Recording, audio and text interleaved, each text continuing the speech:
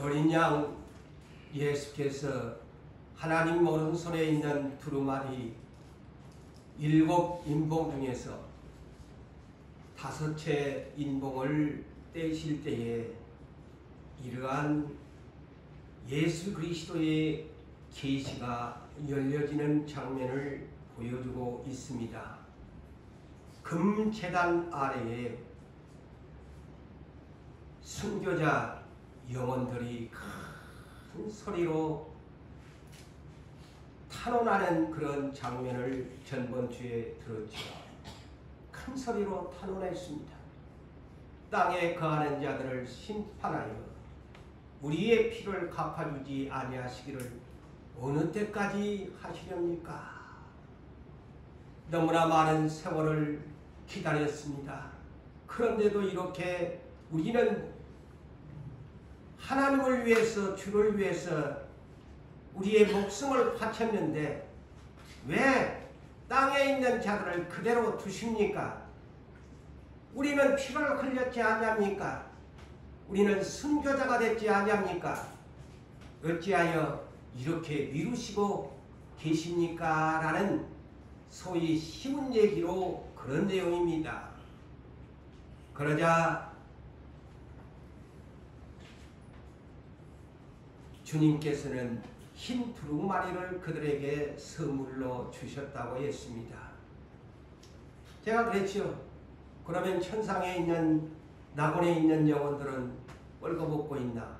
그런 생각을 할 수 있어요. 그러면 그때까지 뻘거벗고 있었나? 그렇지 아니합니다. 옷도 나름입니다. 다시 얘기합니다만 여러분들이 특별하게 입는 옷이 있고 보편적으로 입는 옷이 있는 것처럼 천상에서도 이 흰옷이 세상 말로 하면 가격 차이가 있는 겁니다. 예? 지금 천상의 낙원에 있는 분들은 다 벌거벗고 있는 것이 아니고 흰옷을 입고 있습니다. 그런데 왜 흰 두루마리 흰옷을 주었다고 했을까? 이것이 계시록의 비밀인 것이죠. 이것을 영적으로 깨닫지 못하면 그냥 흰옷으로만 모두 다 그렇게 해석해 버립니다. 그러나 저는 그렇게 해석을 하지 않는다. 이 흰 두루마리는 지난날에는 하나님이 천상낙원에 있는 자들에게 24장로들이 입었던 흰옷처럼 그런 흰옷을 영혼들이 입었지만은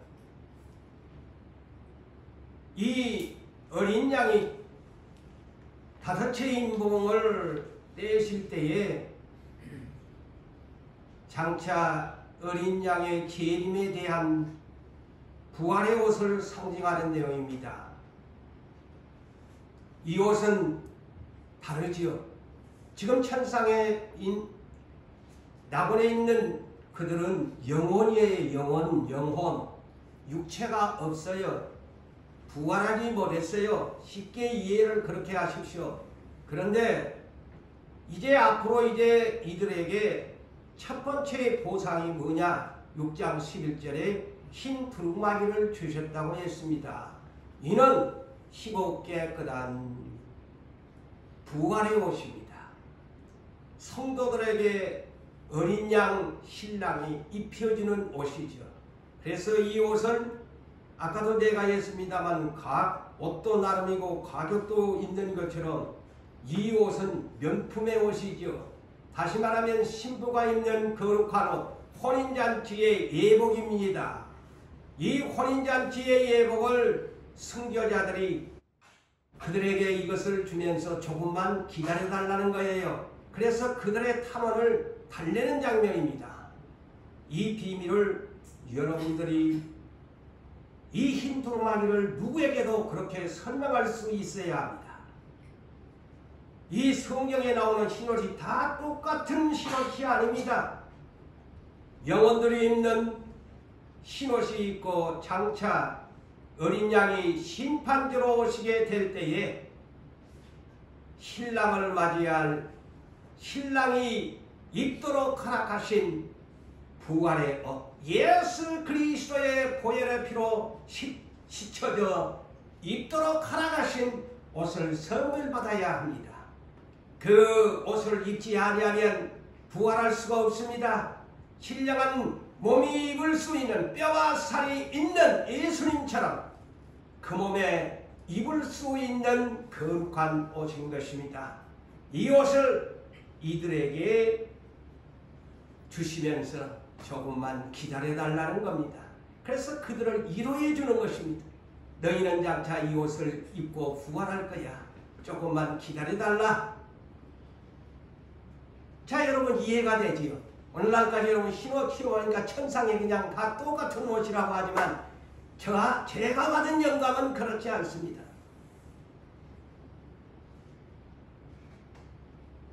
새 하늘과 새 땅에 가서 입을 옷입니다.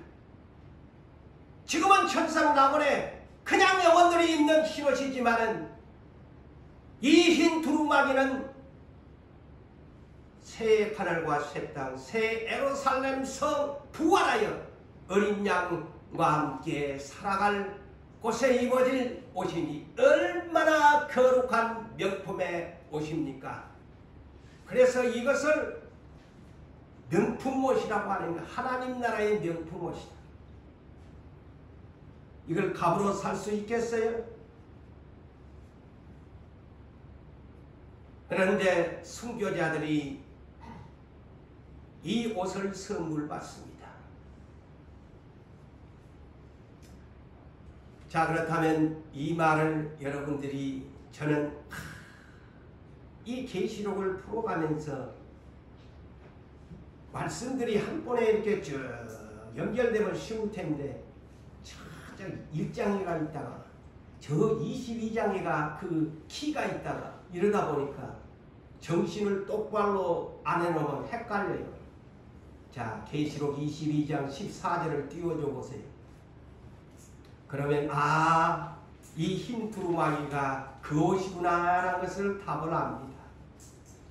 고재훈 목사가 이 풀어주는 이 두루마기한테 주는 얘기가 이 얘기입니다. 자, 뭐라고 합니까?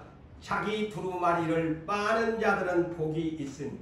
아니 무슨 놈이 뭐 두루마리를 빨고 자시고가 천상에서 하냐? 응? 이것을 문자적으로 해석하면 그렇게 해석을 한다니까? 이것이 옷을 갈아입혀 준다는 뜻입니다. 할렐루야. 영혼들이 입는 흰옷을 새 하늘과 새 땅에 가서 입어질 옷으로 바꾸어 입혀준다는, 그래서 복이 있다는 겁니다. 그러니까 이 왜 복이 있느냐? 이는 그들이 생명나무에 이 옷을 입고, 이 옷을 입어야 생명나무에 나아가. 이 옷을 입어야 생명나무에 나가는 거야. 그리고 어디를 12문 동서남북으로 계시록 21장에 동서남북으로 12문이 있는데 이것을 통과 들어갈 수 있는 권세를 받는 것이 이 옷이다. 그러니까 순교자들에게 이 흰 두루마기를 주셨다는 겁니다. 이 얼마나 축복입니까? 그러니까 조금만 참아다오. 너 흰 두루마기 새로운 옷으로 너한테 바꿔줄게. 이 얘기입니다. 자, 그러니까 이해가 되지 않아요? 응? 제 얘기가 아직도 이해가 안 돼요? 이해가 되지 않아요? 이 성경을 보니까 이 구석구석에가 딱 말씀들을 숨겨놨어요. 하나님의 영이 열려져야만이 알아요, 비밀.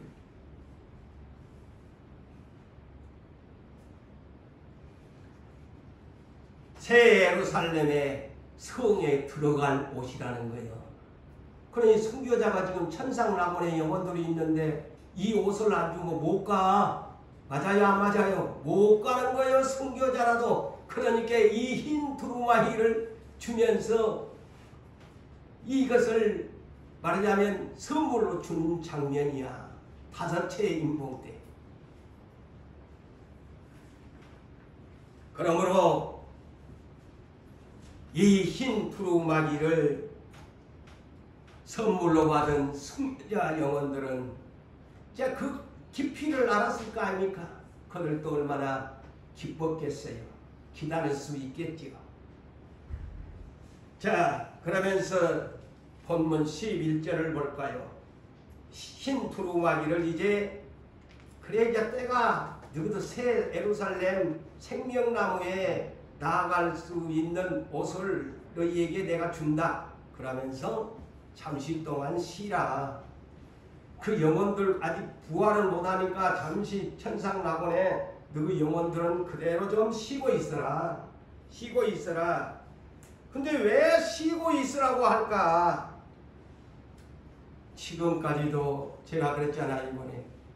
아니, 아벨의 피로부터, 창세기 4장의 아벨의 피로부터 순교자들이 얼마나 오래 기다렸는데,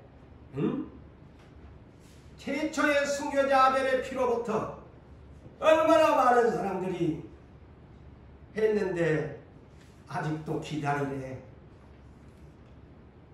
그런다고 거기서 땡깡을 논다고 될 일도 아니야. 이 장면을 보니까. 다만 새 예루살렘 성에 들어갈 부활할 옷을 주었으니까 기분이 좋았을 것 같아. 그 영혼들이. 그러면서 뭐라고 합니까? 그들이 그들의 동무 종들과 형제들도 말하자면 자기처럼 너희들처럼 죽임을 당하여 그 수가 차기까지 기다려달라는 겁니다. 참 이 장면을 보면은 믿음이 없을 눈으로 보면 이야, 참 무서운 세상이 또 순교자를 하나님이 원하시네 하는 그런 내용입니다. 아직도 너희들처럼 네 동무들도 네 형제들도 그리스도 안에서 형제들도 너처럼 순교자가 수가 차야 된다. 자, 하나님의 계획을 보니까 5채 인봉 개봉을 하면서 아직 순교자의 수가 남아있다. 오늘날 대한민국의 순교자가 어디 있어요? 이 핍박이 없는 시대인데.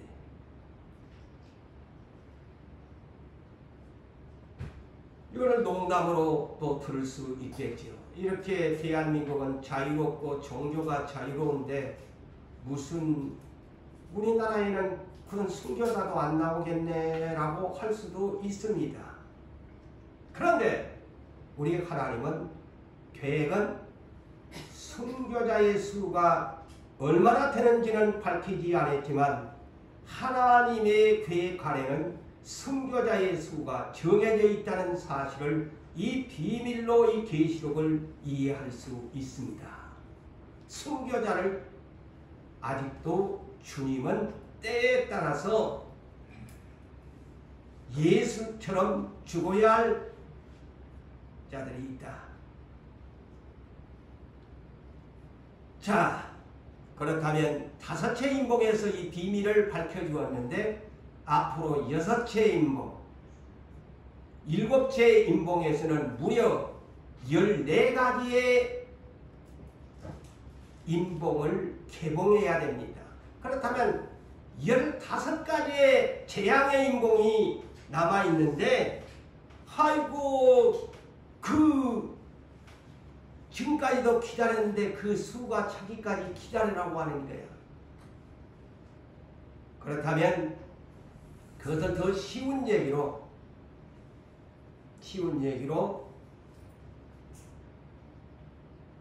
7년 대환난이 기다리고 있습니다. 마지막 시대의 사람들에게는.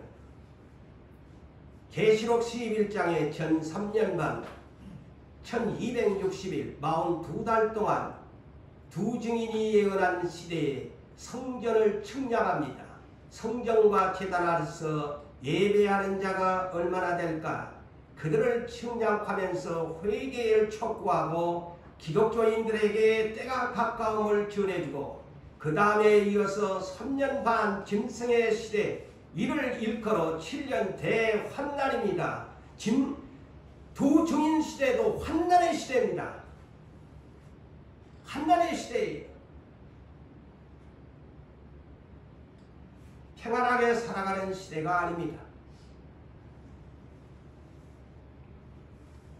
그 7년 환난의 시대에 순교자들이 많이 나올 것으로 추측합니다. 거의 하나님의 마지막 7년 대환난이 계시록에 파이널 라운드입니다. 7년 대환난이 파이널 라운드다. 이때에 많은 순교자들이 하나님이 원하신다. 그렇다면 이제 이런 시대가 오게 될 것인데, 자, 그렇다면 순교자를 하나님이 예수처럼 그렇게 순교당한 자들, 오늘날까지 순교당한 영혼들을 아직도 하나님이 만족하지 못하시고 순교자들을 원하신다.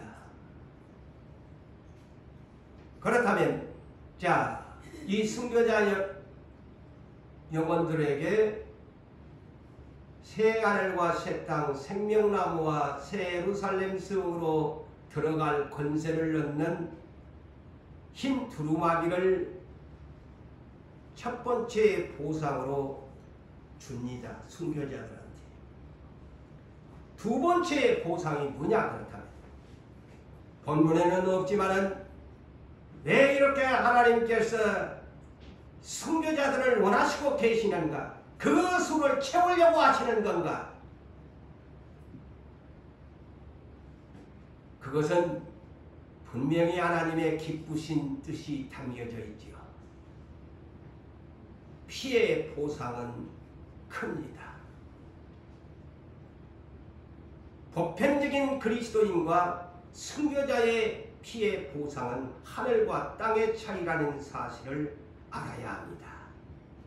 그래서 적당하게 예수 믿어서 구원받을 수도 있겠으나 하나님이 원하시는 사람들은 저 거처를 예비하고 가신 주님의 새 하늘과 새 땅에서 왕 노릇을, 왕권을 맡기시려고 이와 같이 순교자의 수를 채우고 계신다는 사실을 아셔야 합니다. 하나님은 절대 공의와 정의와 공평의 하나님이십니다. 피를 흘린 만큼의 대가를 지불하시고 그저 얻어지는 자와 목숨을 바친 자와의 대가는 엄연히 다르다는 사실, 그래서 하나님의 저울추는 언제나 공평하시다 라는 사실을 아셔야 합니다.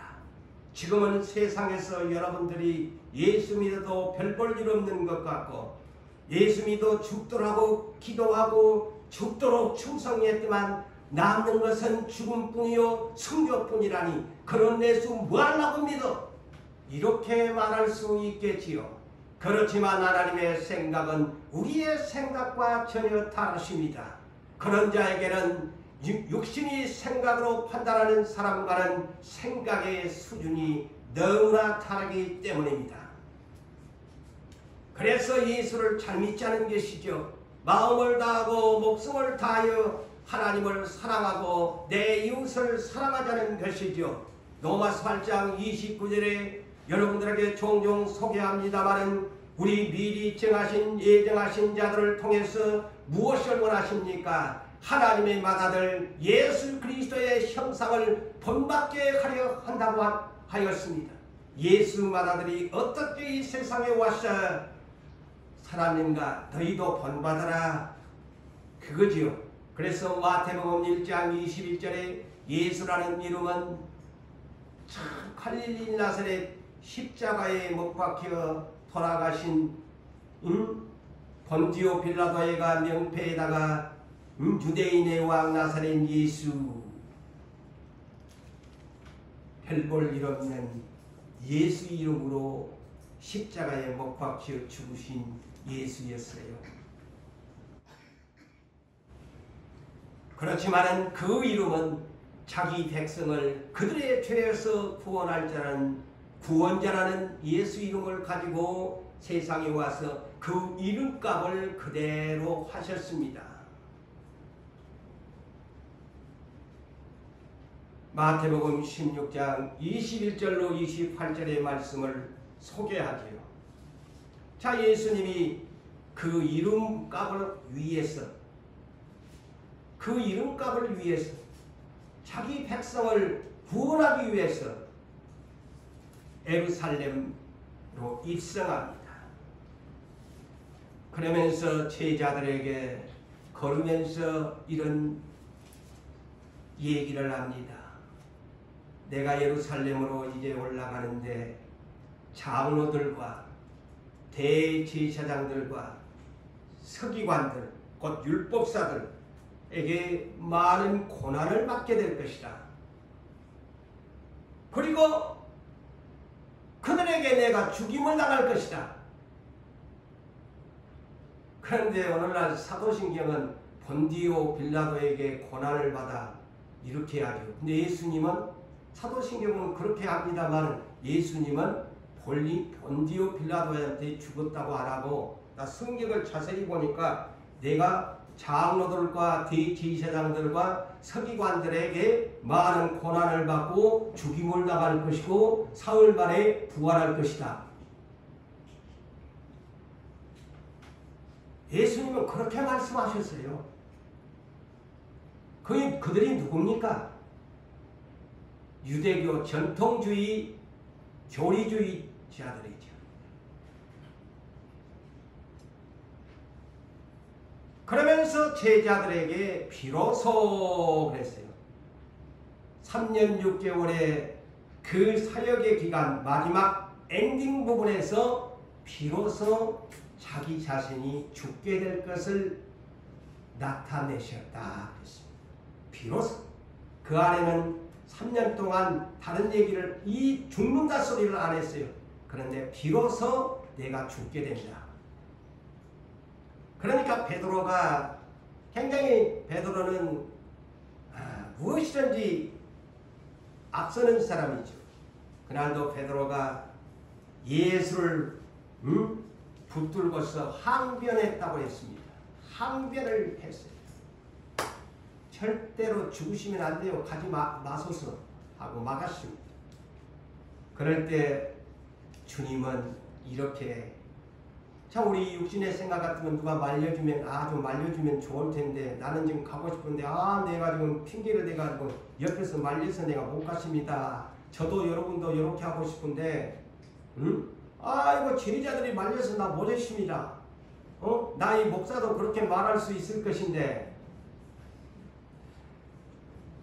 그래서 나는 그 주기철 목사님의 사모님이 위대한 분이라고 생각해요. 그 일제시대 때 옥에서 풀려나고 하니까 사모님이 왜 오셨습니까? 왜 오셨습니까? 어찌 보면 남편이 들으면 어떻게 저렇게 저런 마누라가 있나? 그런데 오늘날 그 사모님의 말 한마디가 그를 위대한 순교자로 만들었지 않니? 그래서 다시 돌아가서 못 위를 걸으셔서 순교하셨습니다. 그런 분들이 하나님에게는 필요하죠. 냉정하고 참 저런 마누라가 세상에 어디 있을까? 오늘날 아내된 여러분들이요, 여러분이 남편들이 지금 비록 부족을 하다 할지라도 남편이요, 화이팅! 언젠가는 당신은 이긴 자가 될 것입니다. 나는 그때를 당신을 기다리겠어. 이렇게 화이팅을 해주는 현숙한 지혜로운 부인 여러분들이 되시기를 주의 이름으로 축원합니다. 음한 사람만 아멘. 정작 아멘 해야 될 사람들이 아멘을 해야지. 그래 예수님이 아따 좋다. 네가 그래주니까 내가 이거가 된다 라고 하지 않고 사탄아 내 뒤로 물러가라. 너는 나를 넘어지게 하는 자로다. 내가 하나님의 일을 생각하지 아니하고 사람의 일을 생각하는도다. 사탄아 내 뒤로 물러가라고 했습니다.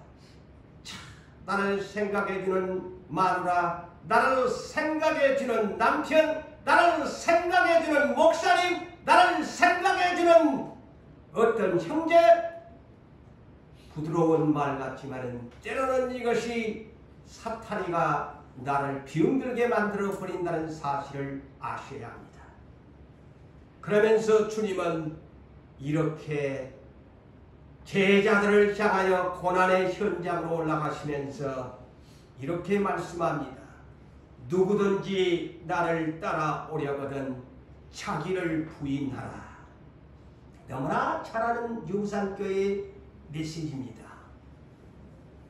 자기를 부인한다는 것은 간단하게 자기를 비워버리고 종의 자세가 되라는 겁니다.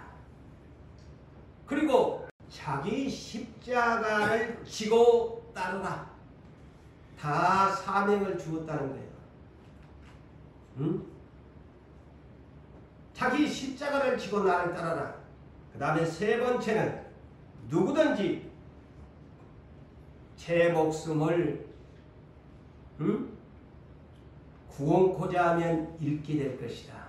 이게 하나님의 방법인 공식 방법입니다. 자기를 위하여 목숨을 구원코자 하면 잃게 된다는 말이죠. 누구든지 자기 목숨을 위하여 구원코자 하면 도리어 반대로 너는 죽는다. 예? 너는 죽는데 니만 살겠다고 네 자신을 위하여 목숨을 구원코자 하면 너는 죽는다. 네 번째, 누구든지 나 예수를 위하여 제 목숨을 잃으면 찾으리라. 찾는데 이거 이 하나님 나라의 공식입니다. 이건 믿음의 공식이에요. 그런데 오늘날 우리는 이 공식대로 참 믿음이 허락되지 못해서 여러분들이나 제가 다 자기를 위하여 목숨을 얻고자 해서 바둥바둥하고 덜덜덜덜 떨고 아깝고 막 이래 합니다. 근데 하나님 쪽에서 보면 별 볼 일 없어. 그런 사람 믿음이 저울에 미달된 사람. 그런데 예수를 위하여 자기 목숨을 버리고자 하는 사람은 도리어 찾는다. Give and take. 네가 주님에게 받고자 원하느냐? 그러면 너부터 주라. Give and take. take. 누가복음 6장 38절에도 주라. 그리하면 흔들어가지고 막 넘쳐가지고 네 품에 안겨줄 것이다. 이거 이 주님의 축복의 공식입니다. 그런데 우리는 아니야. 내가 움켜 잡고서 하나님의 대로만 달라는 겁니다. 그러니까 이거 이 축복을 못 받는 거예요. 그 공식대로 사용을 안 하니까. 성경에는 공식을 다 가르쳐 주잖아요. 그 공식을 못 사용하는 것이 한두 가지가 아니에요. 저로부터 여러분 모두가. 말씀은 알 뿐이지 그 공식을 제대로 성경대로 풀이하면서 산수 공부를 한 것처럼 국어 공부를 한 것처럼 국어 공부를 하면 주제를 알고 산수 공부를 하면 부수를 아는데 그것을 모른다 이거죠. 그러면서 주님이 이런 말씀을 합니다. 사람이 만일 온 천하를 얻고도 제 목숨을 잃으면 무엇이 유익하니? 그게 맞지 인간 생각. 누가복음 12장 20절에 어리석은 그 부자에게 이러합니다. 야, 네가 창고를 날마다 남을 안 도와주고 네만 평안히 쉬겠다고 네가 창고를 짓는데 내가 오늘 밤 네 영혼을 데려가면 이 재물이 네 것이 되겠나? 이 어리석은 부자야. 그랬어요. 이 똑같죠. 이 내용. 사람이 만일 온 천하를 얻고도 오늘 밤 나를 데려가 보면 그게 무슨 소양이야? 천하를 얻고도 내 목숨 오늘 밤에 꼴까닥 하나님이 숨 끊어버리면 그거 무슨 소양이 있어? 사람이 무엇을 주고서 제 목숨을 바꾸겠느냐? 없지요. 제 목숨과 바꿀 수 있는 건 아무것도 없어요. 그런데 예수님은 하셨다. 예수님은 하셨다. 왜 했느냐? 그 뒤에 문장을 이렇게 소개합니다. 인자가 아버지께 영광으로 그 천사들과 함께 오리니 그때에 곧 재림의 때에 각 사람의 행한 대로 갚아주리라. 바로 이런 문제를 다루면서 이 말씀을 하셨다는 것을 우리가 여러분 보편적으로 마태복음 16장 24절 25절만 알지 그 뒤에 문장이 왜 그렇게 자기를 부인하고 십자가를 지고 따라오라게 했나? 그에 대한 보상이죠. 그 행한 대로 언제 내가 오는 날 예수님 재림의 심판 때. 그래서 고린도후서 5장 10절에 우리가 다 반드시 그리스도의 심판대 앞에서 나타나게 되어 그 목으로 행한 선악간의 일을 다 나타내게 하려 합니다. 그 말씀이나 이 말씀이나 그 얘기입니다. 행한 대로 갚아준다는 거예요.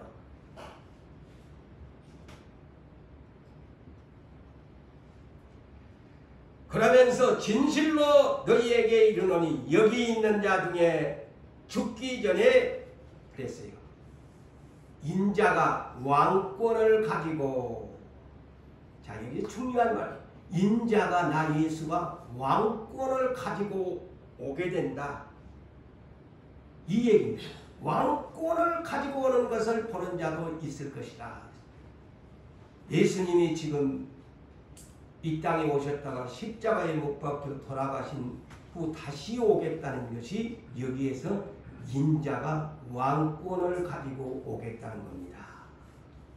자, 우리 그래서 새로워져야 돼요. 우리의 믿음이 구시대적인 그냥 믿음 해서 구원 얻는다는 이것에만 초점을 어린 사람들이야 그럴 수밖에 없지만 우리는 이제 몇십 년 예수를 믿었으면은 좀 우리는 업데이트를 시킬 수 있어야 돼요. 내가 예수를 믿는 까닭은 예수가 왕권을 가지고 올 건데 내가 적당하게 그냥 구원이나 얻을 것이냐 아니면 새하늘과 새 땅에 가서 내가 한 자리를 쉬운 얘기로 한 자리 내가 좀 주님한테 내 행위를 따라서 좀 받아야 될 건가 이런 소망을 가지고 충성을 해야 된다는 것이죠. 오늘날 그런 기독교인들이 전부 그래서 기복신앙에 땅에서만 어떻게 명예를 얻고 땅에서만 건강하고 땅에서만 부유하고 땅에서만 막 이런 일에만 막 기도에 집중을 합니다. 사실 안 그래요? 다 물어보면 하나님이 다 그렇게 얘기하실 건데 전부 기복신앙 쪽에만 포인트를 맞추고 기도합니다. 어떻게 하면 내가 죽도록 주님을 위해서 충성할 것인가에 대한 기도는 안 하고 맨날 다람쥐 채박 기도는 기복적인 것에만 기도 제목을 설정해가지고 한다 이거죠. 그럴 때만 하나님 쪽에서 볼 때는 유상교회가 여기에 앉아있는 사람이 전부 그거는 기도만 한다면 하나님 쪽에서 볼 때는 마지막 때에 순교자의 피를 이 교회에서는 찾을 수가 없네. 이 교회는 패싱해버린 거예요. 나는 그런 생각을 하는 거예요. 패싱된다. 그런 인물들이 없다 이거죠.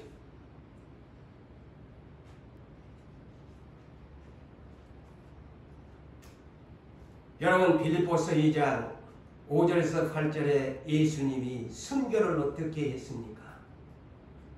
우리가 믿는 예수님은 순교자입니다. 그분의 순교는 이렇게 하셨다고 소개하죠.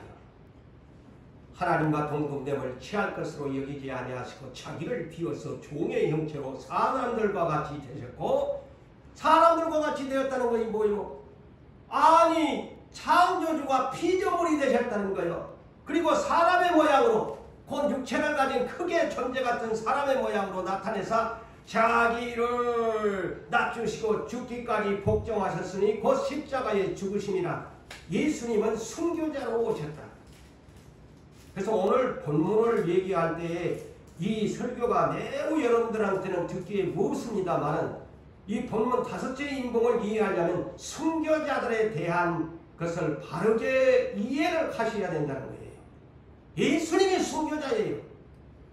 가장 위대한 순교자지요. 넘버원이죠.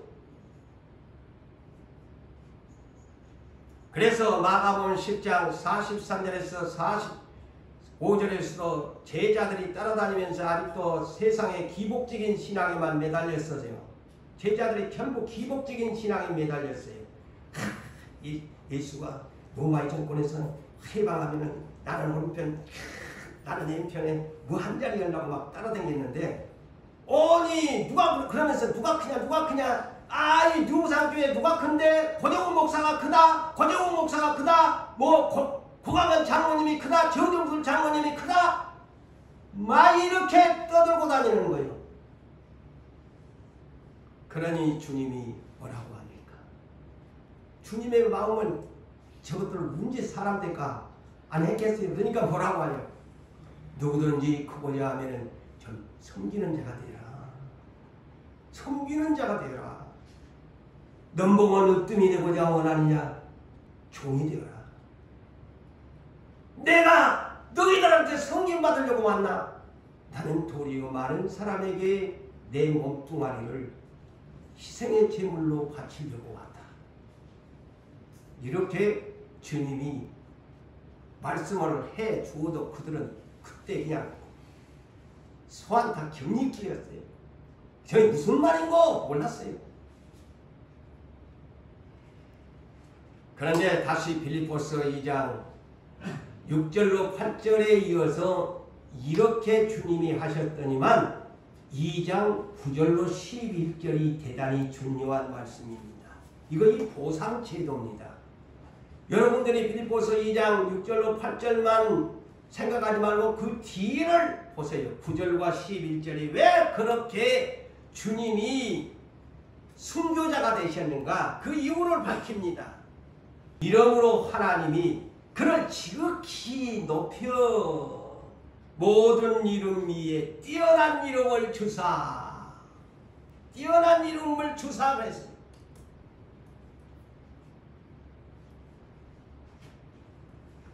여러분,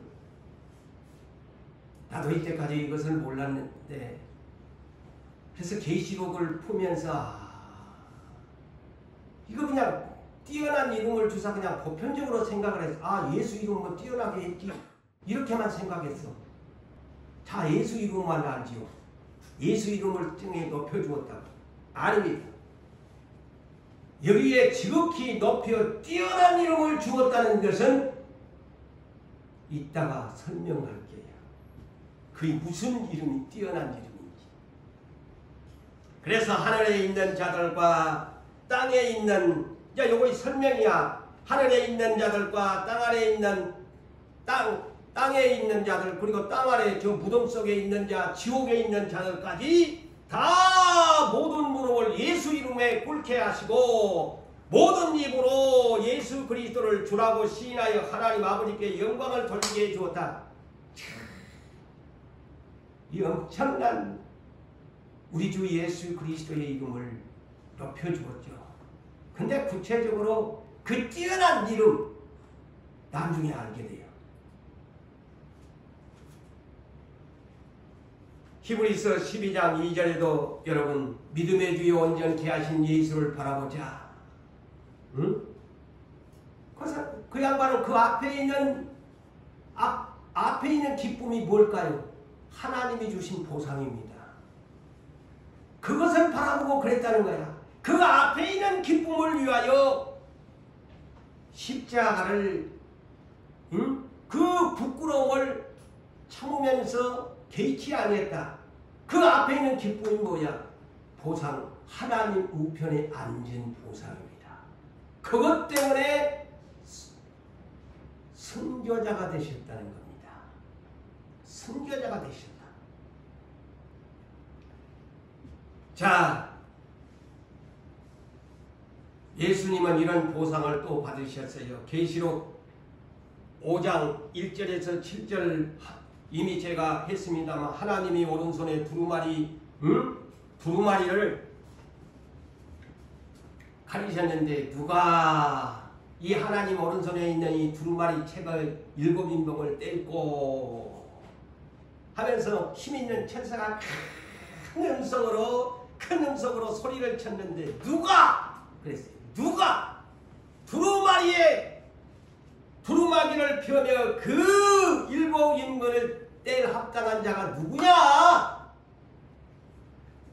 하늘에도 없고 위에도 없고 땅 아래도 없고 없다는 거야. 그런데 24장로 중 한 분이 그 7인을 뗄 분이 계시는데 유다 이스라엘 12지파 가운데 유다지파야. 이스라엘 12지파가 있지만은요, 주님이 선택하여 오신 지파는 유다지파죠. 그 유다지파의 사자 다윗의 뿌리가 이겼으니 그랬어요. 이긴 자만이 자격이 된다는 거예요. 친자는 자격이 없어요. 이겼으니 7인봉을 개봉하게 될 것이다. 개봉하게 될 것이다. 그러니까 이런 소개를 하면서 하나님 보좌와 내 생물이 6개의 날개 달린 내 생물과 24장로 보좌들 사이에 누가 서 있느냐면 어린 양이 서 있어요. 그 어린 양이 서 있는데 일찍이 죽임을 당한 분이야. 그런데 일찍이 2000년 전에, 지금으로 버티면 2000년 전에 십자가에 죽임을 당한 분이 보좌들 사이에 탁 서 있는데 그분의 모습이 이풍당당합니다. 그에게는 7뿔이 달렸다. 이게 뭡니까? 7뿔이라고 하니까 뭐 뿔이 달린 것 같이 그렇게 보였겠지만 제가 소개했잖아요. 5장 12절에 7가지의 뿔이 뭐냐? 능력과 부요와 지혜와 힘과 권세와 영광과 찬송을 받으시기에 합당하시다가 그리고 7뿔이야. 7뿔. 그리고 7의 눈. 7의 눈. 그 7의 눈이 뭐냐? 땅에 7의 성령을 7영을 보내신 영이 예수로부터 어린 양으로부터 성령님이 보혜사로 이 땅에 오시게 된 것이다. 그래서 요한복음 16장 7절에 내가 떠나가는 것이 너희에게 유익이라 내가 떠나가지 아니하면은 그가 너희에게 오시지 아니하리라. 내가 가야만이 그분이 온다 하는. 그래서 그 땅에 보혜사를 예수가 보내신 거예요. 아버지께 받아가지고. 그런데 이 7뿔과 7눈을 가진 어린 양이 7인봉을 이긴 자가 되어가지고 7인봉을 떼시는 개봉시키는 자격을 얻으셨다. 취하시더라.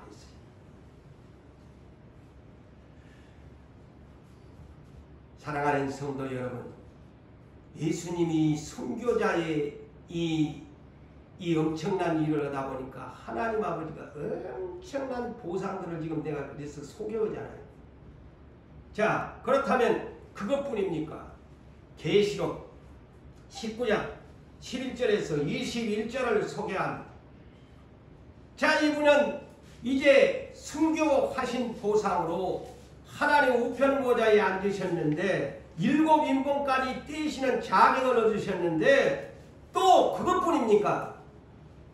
백마를 타고 오셔 그 뒤에는 하늘의 군대가 시고 깨끗한 세마포의 옷, 이거는 신부들이 입어야 할, 성도들이 입어야 할 옷들을 재림 때에 이 천사들이 입고 미리 오는 거야. 희고 깨끗한 세마포의 옷을 백마를 타고 오더라. 미리 보여주는 거야. 그러면서 부활시키는 거예요. 그래서 천사들이 먼저 입고 오는 거야. 부활의 옷을.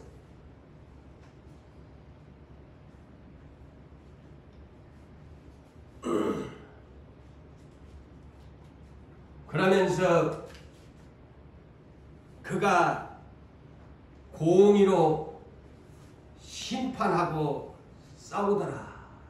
그런데 그 눈은 불꽃과 같고 그 머리에는 많은 면류관이, 예수님에게는 많은 면류관을 쓰고 오신다고 그랬어요. 한 개만 쓰고 오는 거예요. 그래서 영어 번역은 many crowns, 많은 면류관을 쓰고 오신다. 그리고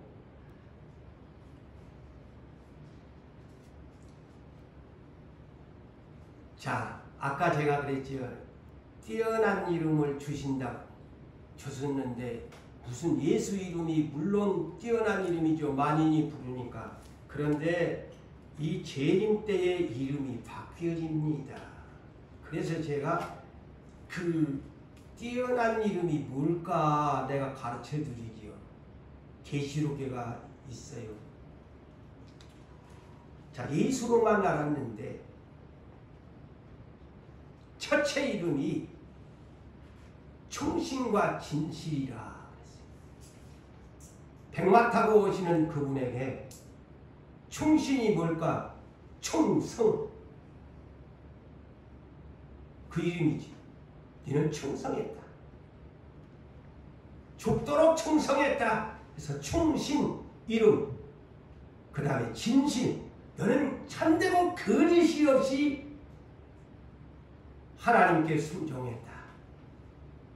해서 이름이 충신과 진실의 이름을 가지고 오신다. 그리고 두 번째 이름이 쓴 것이 하나 있는데 이것은 재림하시는 어린 양밖에 모르는 비밀의 이름이 감춰져 있습니다. 그거는 예수밖에 모른다. 비밀의 이름을 나중에는 공개가 되겠죠. 그리고 예수님은 흰옷이 아닌 피 뿌린 옷을 입고 오신다. 왜 피 뿌린 옷이냐? 죄인들을 다 죽여야 되니까. 온 피가 그 몸에 튀길 수밖에 피 뿌린 옷입니다. 그리고 세 번째 이름이 있는데 그 이름은 하나님의 말씀이더라. 보세요. 이거 뛰어난 이름을 받은 거예요. 아까 그래서 빌립보서 2장 9절을 앞으로 그렇게 예수라고 그렇게 생각하지 마세요. 이거 이 답입니다. 하나님의 말씀이시다. 그에 인해서 예리한 검으로 만국을 치겠고 친히 그들을 철장으로 다스리면서 또 친히 곧 전능하신 이의 맹렬한 진노의 포도주 틈을 밟겠다. 이 말이 뭘까요? 예수님의 발은 돛으로 단련된 주석과 같은 발, 그 발로 진리게 버린다는 거예요. 포도를 밟는 것 같이 주석같이 그 단단한 다리로 밟아버리겠다. 그리고 네 번째 이름이 있습니다. 거의 뛰어난 이름이지. 다 뛰어난 충신, 하나님의 말씀. 그런데 그 옷과 다리에 그랬는데 그 다리는 저 밑에 장단지가 아니고 허벅지, 넓적다리에, 더 구체적으로 말하면 넓적다리에 이름을 썼는데 이름을 이마에다 그래 왜 안 썼을까? 그런 생각도 합니다만은 그곳에 이름을 썼는데 King of Kings and Lord, 만왕의 왕, 만주의 주시라. King of Kings and Lord. 그러니 지극히 뛰어난 이름을 가지고 오시지요. 할렐루야. 예수 세상에 오니까 예수 요것 없고 목수의 아들이라고 했는데 아이고 순교자가 되니까 하나님이 그를 지극히 높여서 뛰어난 이름을 줬는데 이런 충신의 이름을 가지고 오고 하나님의 말씀이라는 이름을 가지고 오고 만왕의 왕 만주의 이름을 가지고 오신데 그 이름이 그리고 계시록 20장 11절에서 그것뿐입니까? 그분에게 주신 보상이 또 뭐야? 백보자 심판권을 주지 않아요. 백보자 심판권을 줘. 생명책에 기록했나? 네 행위가 어땠나? 전부 해가지고 음부와 사망과 음부의 열쇠를 가지고 다 부활시켜가지고 둘째 사망에다가 내 던져버리는 심판의 권세를 주실 뿐 아니라 그의 보상이 새 하늘과 새 땅을 다스리는 만왕의 왕 만주의 주로 얼마나 엄청난 보상을 받습니까? 응? 자, 그렇다면 이것이 여러분들에게 실감나지 아니하는데 누가복음 19장 12절에서 27절의 비유를 여러분 잘 이해하시기 바랍니다. 달란트만 이해를 하지 말고 이 내용, 자 주님의 비유가 어떤 기인이 있는데 잘 들으세요.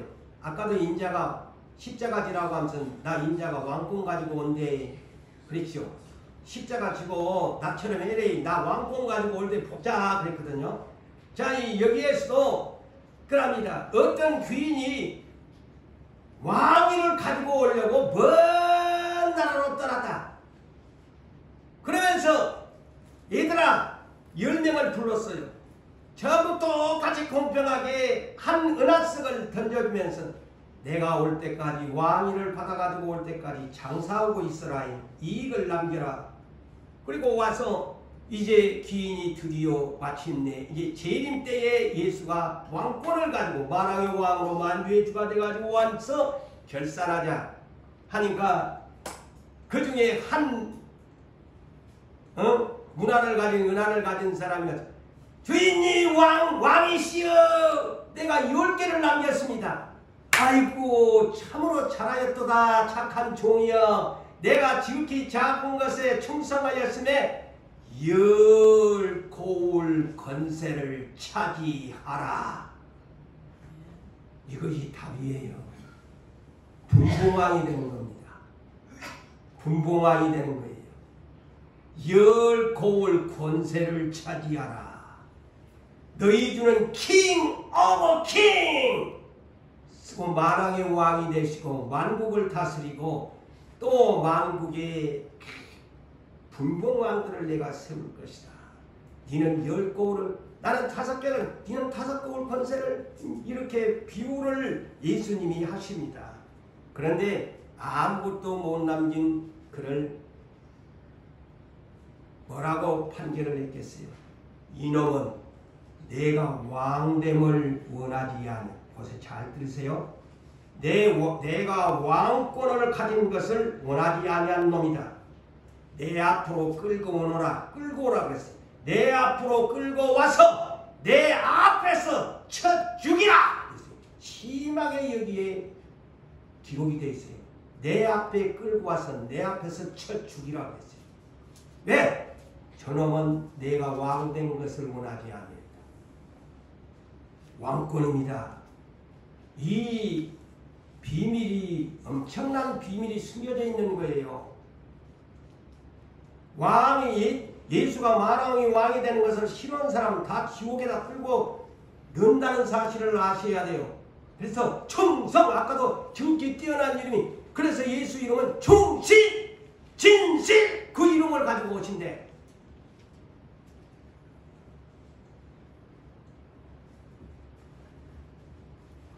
그래서 마태복음 19장 28절에서 30절에 제자들에게, 자, 우리는 어떻게 하는 거냐. 그러니까 예수님, 너희들은 항상 나와 함께 시험을 같이 하는 자들이기 때문에 너희들은 장차 이스라엘 나라를 보좌에 앉아서 12지파를 너희가 다스리게 될 것이다.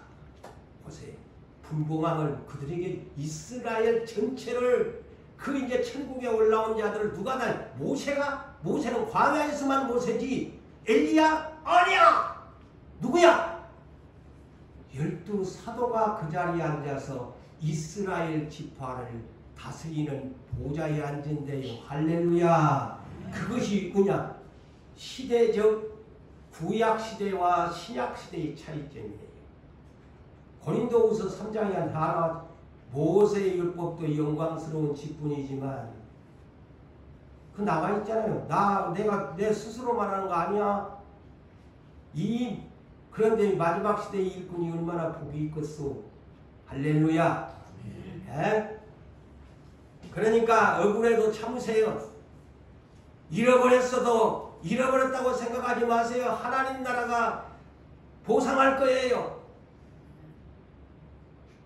계시록 2장 26절 28절에도 이기는 사람에게는, 믿음을 지키는 사람에게는 만국을 다스리는 권세를 주겠다. 만국을 다스리는 권세를 주겠다. 예수처럼 그렇게 한다. 계시록 3장 21절에도 이기고 돌아온 사람에게는 내가 하나님 우편 보좌에 앉았는데, 내가 하나님 보좌에, 내가 우편 보좌에 앉아보았는데, 누구들 또 이기고 오면은 내 보좌에 너희도 앉게 해주겠다. 할렐루야. 아이고, 이 성경에 분명히, 그럼 예수님이 안 앉혀주면 거짓말쟁이지. 얼마나 공평한 하나님이셔. 응? 얼마나 공평한 하나님이셔. 그래서 순교자들이 왕권을 얻는다는 것이 어디에? 계시록 20장 1절로 6절에 첫째 부활에 참여한 사람들만 올라가. 그곳에. 그런데 그곳에 가면 어떤 사람이 왕권을 가졌느냐? 4절 6절에 나와 있어요. 예수 증언 때문에. 분명합니다. 구약시대 사람이 아니야. 예수 증언 때문에, 하나님 말씀 때문에 목배임을 순교를 당한 영혼들과, 그랬어요. 영혼들과 마지막 짐승 환난 시대, 대환난 시대에 짐승의 표를 오른손이나 이마에 안 맞는 사람, 목숨과 바꾼 사람이 천년왕국의 천년 동안 제사장과 그리스도와 함께, 예수 그리스도 만왕의 왕과 함께 제사장과 왕 노릇을 하리로다. 아멘. 계시록 21장 24절에 보세요.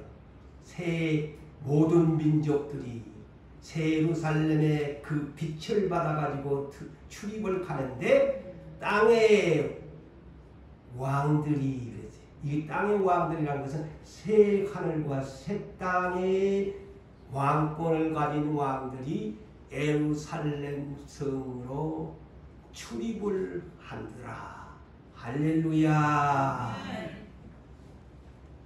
새 하늘과 새 땅에 가면, 지금은 이 땅에는 그냥 불법이 성행하는 온갖 민주주의, 공산주의 다 뛰어가지고 지들이 뽑은 대로 막 독재주의도 있고 민주주의도 있고 그냥 세상에 온갖 그냥 개짜들이 그냥 왕권을 가지고 살아가지만, 새 하늘과 새 땅에 가면 땅에 있는 왕권은 다 끝나버리고 공평의 저울로 달아서 가장 순교한 자들 중에서도 넘버원인 자들이 만왕을 왕권을 가지고 새 하늘과 새 땅에 다스린다는 이 놀라운 사실을 믿으시고 말씀을 맺습니다. 누구든지 나를 따라오려거든 자기의 십자가를 지고 자기를 부인하고 나를 따를 것이니라. 그리하면 우리 주님이 오시는 날 왕권을 주신다고 하였기 때문에 우리 모두가 그런 큰 믿음을 가지고 충성하시는 여러분 되시기를 주의 이름으로 축복합니다.